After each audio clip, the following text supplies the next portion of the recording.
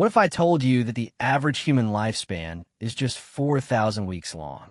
Let's do the math. 80 years x 52 weeks equals 4,160 weeks. Round that down, and you've got roughly 4,000 weeks.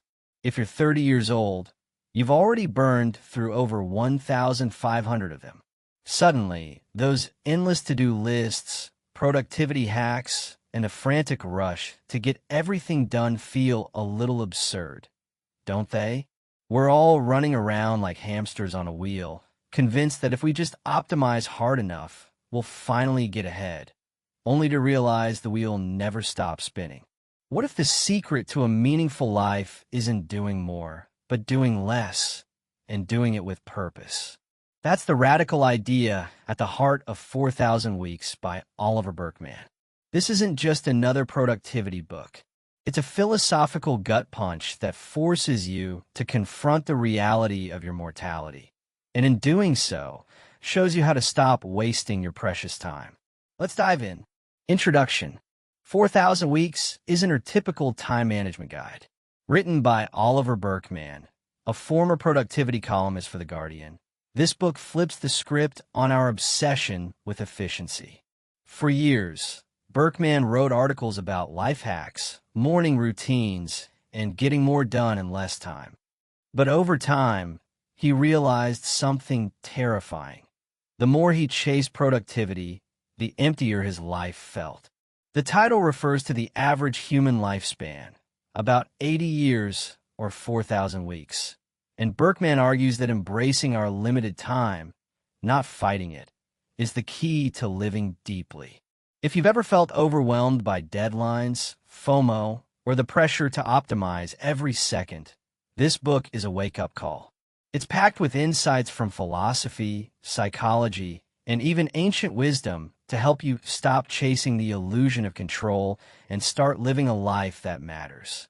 Let's break down its biggest lessons. And trust me, these ideas will change how you see everything. 1. The myth of infinite time. We treat time like a bottomless resource. I'll finally start living when I retire. I'll travel after I launch my business. I'll spend time with family once I finish this project. But Burkeman slams that delusion. Here's the truth. 4,000 weeks is all we get. And you can't do it all. The modern world bombards us with infinite possibilities, careers, hobbies, relationships, experiences, but we're wired to crave more than we can ever achieve. Trying to maximize time only leaves us stressed and unfulfilled. Burkeman shares the story of a CEO who, on his deathbed, regretted working 80-hour weeks instead of being present for his kids. The fix? Accept your finitude. Acknowledge that every choice requires sacrificing another. Want to write a book? You'll miss out on Netflix binges. Want to start a business? Say goodbye to lazy weekends. Only by embracing these trade-offs can you focus on what truly matters. 2. The productivity trap. Here's the irony. The more we try to save time, the busier we feel. Burkeman calls this the efficiency trap. Think about it. Clearing your inbox faster just means more emails pour in. Finishing tasks quicker? Your boss piles on more work. Completing your to-do list today? Tomorrow's list is already twice as long. Efficiency doesn't free us. It fuels endless demands. Burkeman references the Stanford prison experiment of productivity. The harder we try to control time, the more it controls us. The solution? Limit your commitments. Instead of chasing inbox zero, set boundaries. Tell your boss, I can handle these 3 priorities this week. The rest will have to wait. Protect time for what's meaningful, even if it means leaving some boxes unchecked. As Burkeman writes, productivity is a trap. Becoming more efficient just makes you a bigger target for other people's demands. 3. Choose what to neglect, the art of strategic sacrifice. You will disappoint people. You will leave dreams unfulfilled. And that's okay. Burkeman argues that every yes is a no to something else. For example, Warren Buffett once told his pilot to write down 25 career goals. Then Buffett told him to circle just 5. The other 20? Avoid them at all costs. They will distract you from the important stuff. Burkeman applies this to daily life. If you want to master the guitar, you'll need to neglect scrolling TikTok. If you prioritize family dinners, your career might plateau. The key isn't balance, it's intentional sacrifice. Burkeman shares the story of a woman who quit her law career to start a bakery. Was it risky? Yes. Did she regret it? No. By narrowing her focus, she traded prestige for purpose. The lesson: stop trying to have it all. Decide what to fail at and do it proudly. 4. Embrace patience over hustle, the power of slow time. Modern culture worships speed. Get rich quick. Learn Spanish in 3 weeks. Lose 10 pounds by Friday. But Burkeman says meaningful achievements take time.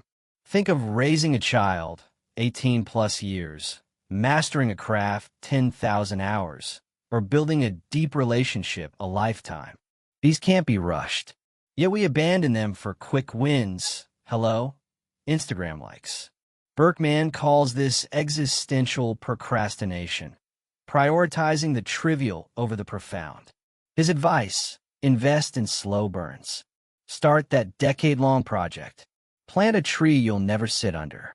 Learn an instrument even if you'll never be Mozart. He cites the Japanese concept of wabi-sabi, finding beauty in imperfection and transience.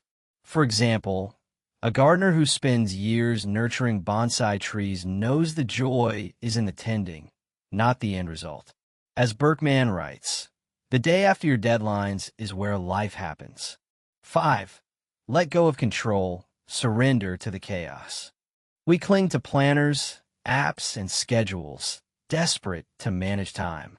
But Burkeman says true peace comes from releasing that illusion. Life is unpredictable. Flights get canceled, kids get sick, opportunities vanish. Fighting this breeds anxiety. Burkeman shares a personal story. He once missed a crucial flight due to traffic, ruining his plan to speak at a conference. Instead of raging, he spent the day exploring the city and stumbled into a life-changing conversation with a stranger. The lesson? Practice active acceptance. When stuck in traffic, don't white-knuckle the steering wheel. Call a friend or listen to music. When your project fails, ask, what can I learn? Burkeman quotes the Stoic philosopher Seneca. You're afraid of dying? But the life you're clinging to is already gone. Surrender the need for control, and you'll find freedom in the chaos. 6. Confront your mortality, death as a compass. Death isn't morbid, it's clarifying. Burkeman shares a chilling exercise. Write your own eulogy. What you want to be remembered for. Chances are it's not cleared 1,000 emails or binge-watch Stranger Things. Mortality reminds us to stop postponing joy. Burkeman interviews hospice workers who say terminally ill patients rarely regret not working more. They regret missing sunsets, skinned knees, lazy Sundays. One patient said, I wish I'd let myself be happier instead of waiting for the right time. Burkeman's take: let death be your compass. Live like you're already running out of time. For example, a teacher who quit her job to travel said, I realized I'd spent years saving money for someday, but someday might never come. Now she works odd jobs between trips, living frugally but fully. The lesson: don't wait for permission to live. Start now. 7. The tyranny of infinite scroll, how tech steals your time. Burkeman dives into how technology hijacks our attention. Apps like TikTok, Instagram, and YouTube are designed to trap us in an infinite scroll, a bottomless pit of distraction that leaves us feeling empty. He references Tristan Harris, the tech whistleblower, who compares social media to slot machines.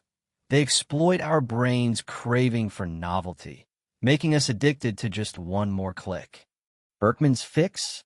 Reclaim your attention. Delete apps that suck your time. Use a dumb phone for a week. Try monotasking, focusing on one thing without switching tabs. He shares an experiment where he read War and Peace by committing to just 5 pages a day. It took a year, but he finally finished it and remembered more than if he'd rushed. The message: stop letting screens fragment your focus. Depth distraction. 8. The vanishing present. Why we're always waiting for the future. We're terrible at living in the moment. Burkeman explains the psychological present, the 3-second window where we actually experience life. Yet we spend most of our time ruminating on the past or worrying about the future. He cites a study where 50% of people admitted they're always thinking about what's next. For example, you're at a concert, but instead of enjoying the music, you're filming it for Instagram, sacrificing the real moment for a digital replica. Burkeman's solution? Practice temporal grounding. Set reminders to pause and savor small joys. The taste of coffee, the sound of rain, a friend's laugh. He shares how the philosopher Alan Watts advised a student overwhelmed by deadlines. Instead of stressing about writing your essay, enjoy writing your essay. The present isn't a hurdle to the future. It's the only place life happens. 9. The joy of missing out, FOMO. FOMO, fear of missing out, is a modern plague. We say yes to parties, projects, and trips out of obligation, not desire. Burkeman argues that JOMO, joy of missing out, is the antidote. He tells the story of a man who skipped his best friend's destination wedding to stay home with his newborn. Though he felt guilty, he realized, I'd have missed my baby's first smile. Burkeman also references the door problem. The more doors, opportunities you have, the more anxious you feel about choosing the right one. His fix? Close doors deliberately. Turn down promotions. Cheap trends. As artist Debbie Millman says, you can have anything you want, but not everything. Embrace JOMO, and you'll trade FOMO-induced exhaustion for deep contentment. 10.